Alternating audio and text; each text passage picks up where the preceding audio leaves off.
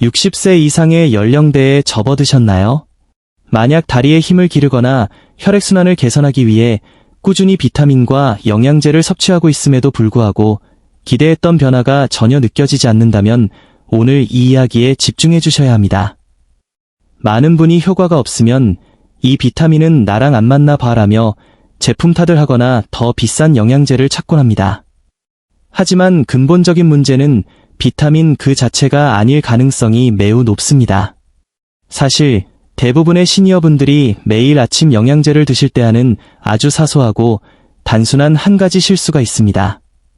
이 작은 습관 하나가 여러분이 섭취한 고가의 영양 성분이 다리 근육이나 혈관까지 도달하는 것을 원천적으로 차단하고 있습니다. 저는 에밀리 카터 박사입니다.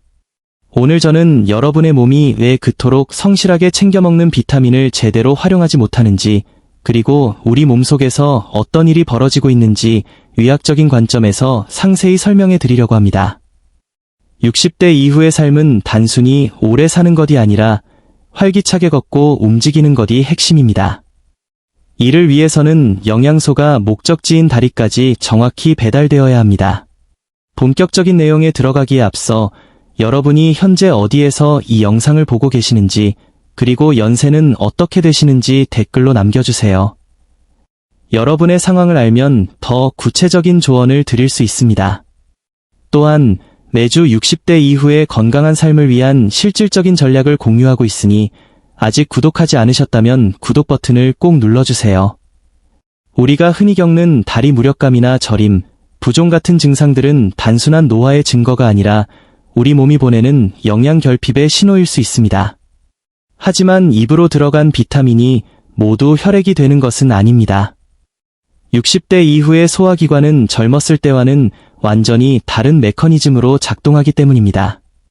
이제 그 구체적인 원인들을 하나씩 파헤쳐 보겠습니다.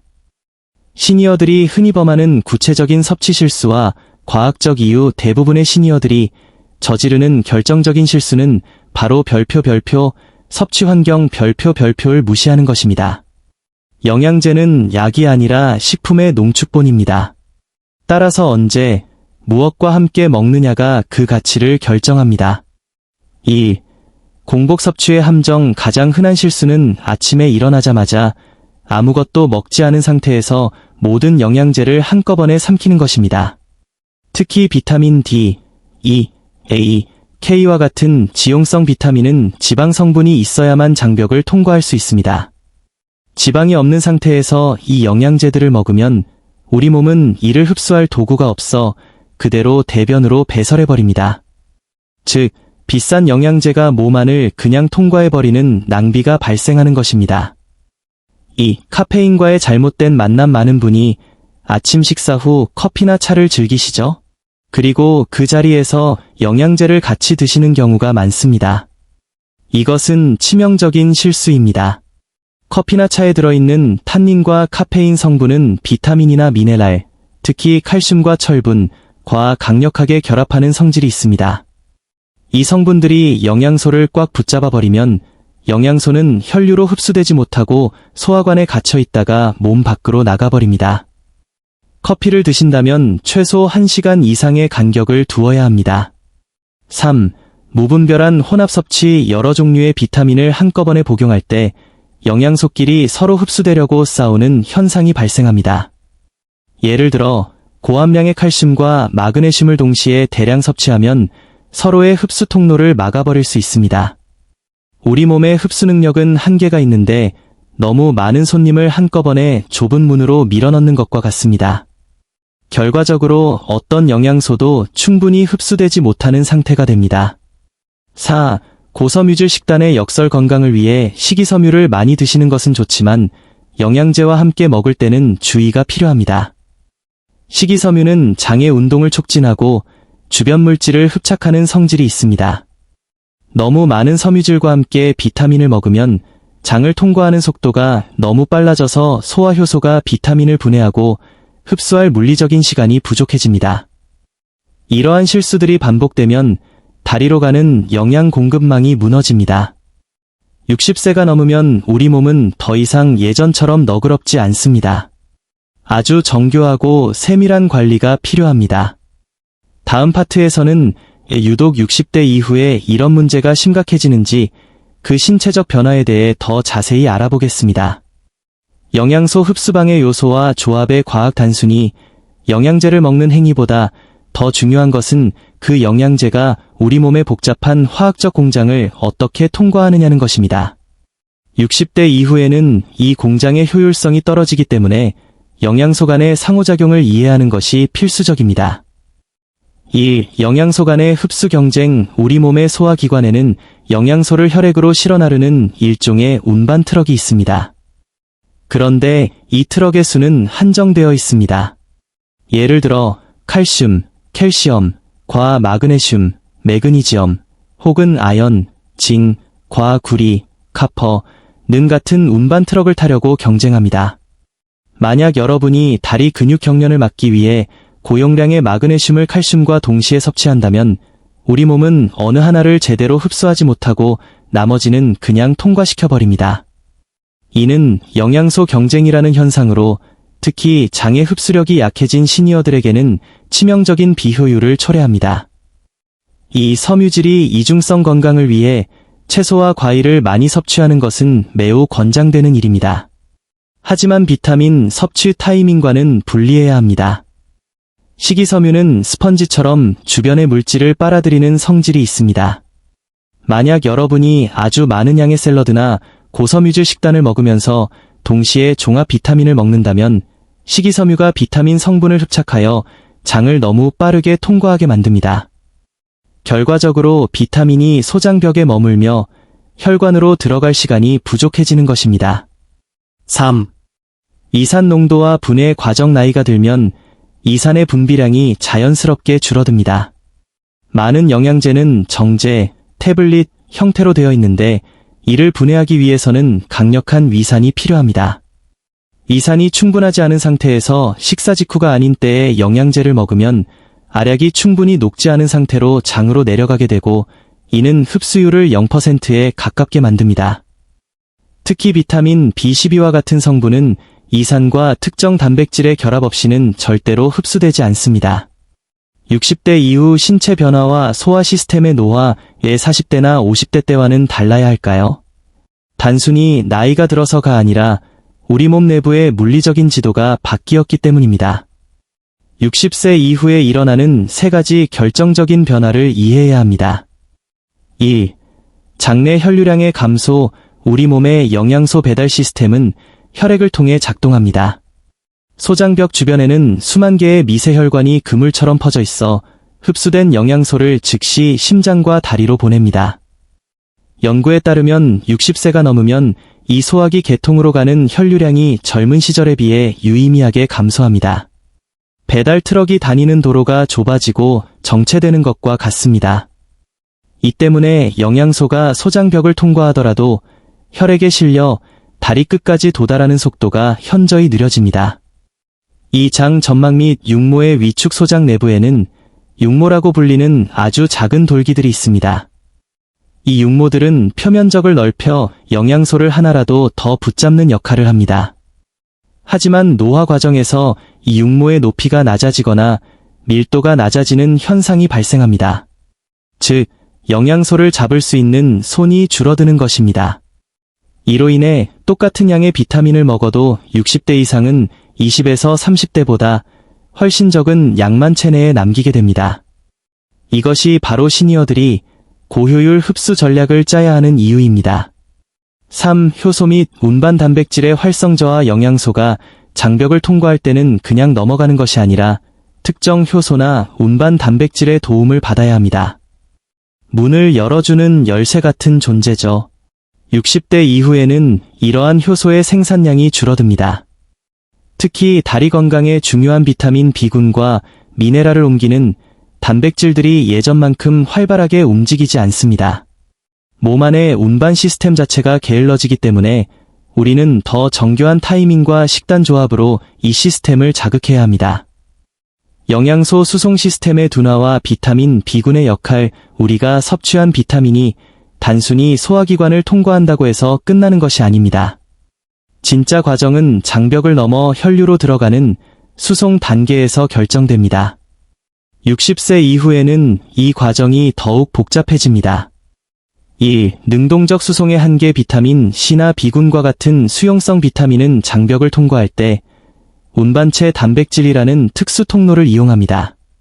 이를 능동적 수송이라고 하는데, 나이가 들면 이 운반체들의 수가 줄어들거나 활동성이 떨어집니다.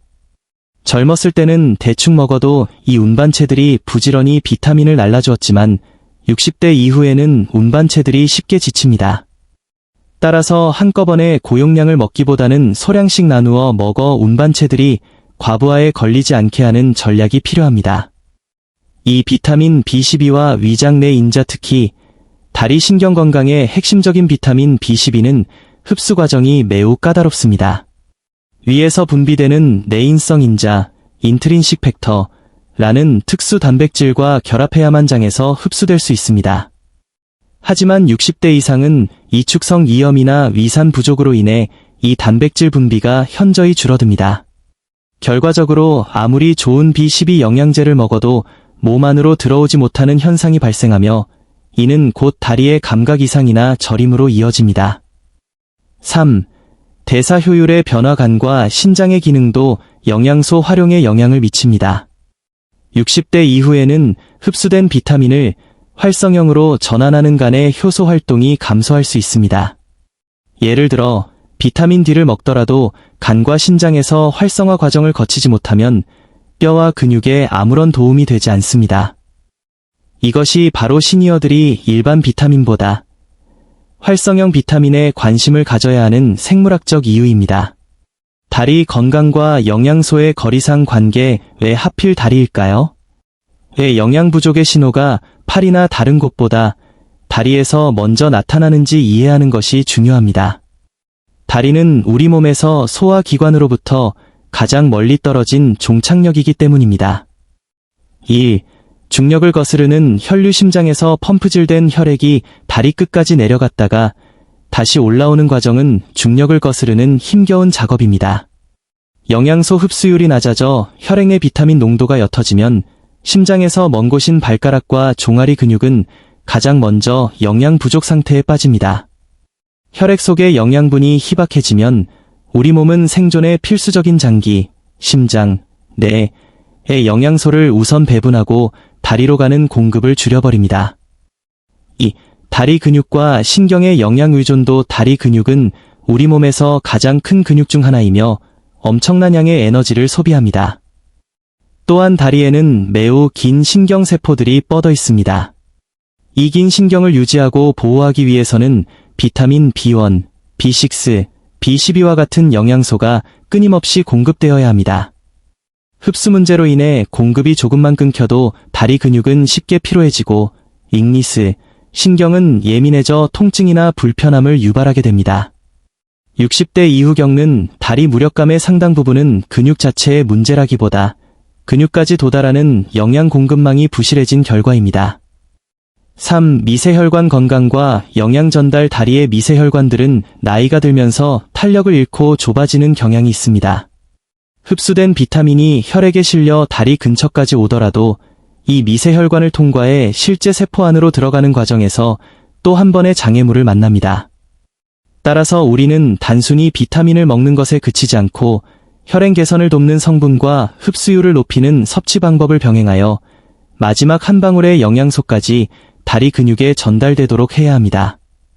흡수율을 극대화하는 실전 전략과 생활 습관. 이제 문제가 무엇인지 알았으니 구체적으로 어떻게 해야 할까요? 단순히 영양제를 바꾸는 것이 아니라 여러분의 일상을 영양소가 가장 잘 흡수될 수 있는 환경으로 최적화해야 합니다. 여기 60대 이후 반드시 실천해야 할 구체적인 가이드라인을 제시합니다. 1. 지용성 비타민과 착한 지방의 조합. 비타민 D, E, A, K를 드실 때는 반드시 지방 성분이 포함된 식사와 함께 하십시오. 60대 분들은 건강을 위해 지방 섭취를 극도로 제한하는 경우가 많지만 이는 영양제 흡수에는 독이 됩니다. 거창한 식사가 아니더라도 견과류 한 줌, 아보카도 반 개, 혹은 올리브유를 살짝 곁들인 샐러드와 함께 비타민을 섭취하면 흡수율이 수치상으로도 확연히 올라갑니다. 지방은 이 비타민들이 장벽을 통과할 수 있게 돕는 운송 티켓과 같습니다. 이 시간차 복용법 쪽에서 먹기에 힘 한꺼번에 10알씩 먹는 습관은 버려야 합니다. 특히 수용성 비타민인 비타민 B군과 C는 우리 몸이 한 번에 흡수할 수 있는 양이 정해져 있습니다. 나머지는 소변으로 배출되거나 장에 남아 가스를 유발할 뿐입니다. 가능하다면 아침과 점심 혹은 점심과 저녁으로 나누어 복용하십시오. 이렇게 하면 우리 몸의 운반 단백질들이 과부하 없이 하루 종일 꾸준히 영양소를 다리로 실어 나를 수 있습니다. 3. 위장관 자극 최소화와 수분 섭취. 나이가 들수록 이 점막이 얇아지기 때문에 영양제가 직접 위벽에 닿는 시간을 줄여야 합니다. 충분한 양의 물, 최소 200ml 이상, 과 함께 복용하는 것은 단순히 알약을 넘기기 위함이 아니라 영양소가 장내에서 잘 용해되어 흡수되기 좋은 액체 상태로 만들기 위함입니다. 또한 찬물보다는 미지근한 물이 장 운동을 방해하지 않고 흡수를 돕는 데 효과적입니다. 비타민을 먹는 것은 여러분의 몸에 대한 소중한 투자입니다. 하지만 그 투자가 결실을 맺으려면 공급이 아닌 도달에 집중해야 합니다. 60대 이후의 신체 변화를 이해하고 그에 맞춰 대응하는 것은 결코 부끄럽거나 어려운 일이 아닙니다. 1. 몸의 목소리에 귀 기울이기. 만약 여러분이 영양제 섭취 타이밍을 바꾼 후 며칠 뒤 다리가 가벼워지거나 밤에 쥐가 나는 횟수가 줄어들었다면 그것은 여러분의 몸이 영양소를 제대로 받아들이기 시작했다는 증거입니다. 이것은 단순히 비타민의 힘이 아니라 여러분이 자신의 몸을 이해하고 그 변화에 발맞추어 노력한 결과입니다. 작은 변화가 모여 다리의 활력을 되찾고 여러분의 독립적인 생활을 가능하게 합니다. 2. 전문가와의 협력. 제가 드린 말씀은 일반적인 흡수 원리입니다. 개개인의 건강 상태, 현재 복용 중인 약물, 특히 이염약이나 혈압약 등은 비타민 흡수와 복잡하게 얽혀 있습니다. 따라서 여러분의 정기적인 혈액 검사 결과를 바탕으로 주치의와 상의하십시오. 비타민 수치가 낮게 나왔다면 양을 늘리기 전에 제 흡수 시스템에 문제는 없는 걸까요? 라고 질문하는 것부터가 진정한 건강관리의 시작입니다. 3. 지속 가능한 건강의 핵심. 다리는 여러분을 수십 년 동안 지탱해왔습니다. 이제는 여러분이 다리를 지탱해줄 차례입니다. 비타민을 올바르게 섭취하는 것은 단순한 습관을 넘어 70대, 80대에도 사랑하는 사람들과 함께 산책하고 자유롭게 이동할 수 있는 권리를 지키는 일입니다. 오늘 배운 내용을 바탕으로 오늘 저녁부터 당장 하나씩 바꿔보시길 바랍니다. 여러분의 노력이 헛되지 않도록 여러분의 몸이 영양소를 충분히 만끽할 수 있도록 도와주세요. 이 정보가 도움이 되셨다면 좋아요를 눌러주시고 같은 고민을 하고 계실 주변 친구분들이나 가족들에게도 이 영상을 꼭 공유해주세요. 구독을 통해 매주 업데이트되는 건강 전략을 놓치지 마시길 바랍니다. 여러분의 활기찬 다리 건강을 응원합니다. 감사합니다. 다음 영상에서 더 유익한 정보로 찾아뵙겠습니다. 여러분의 다리를 소중히 아껴주세요.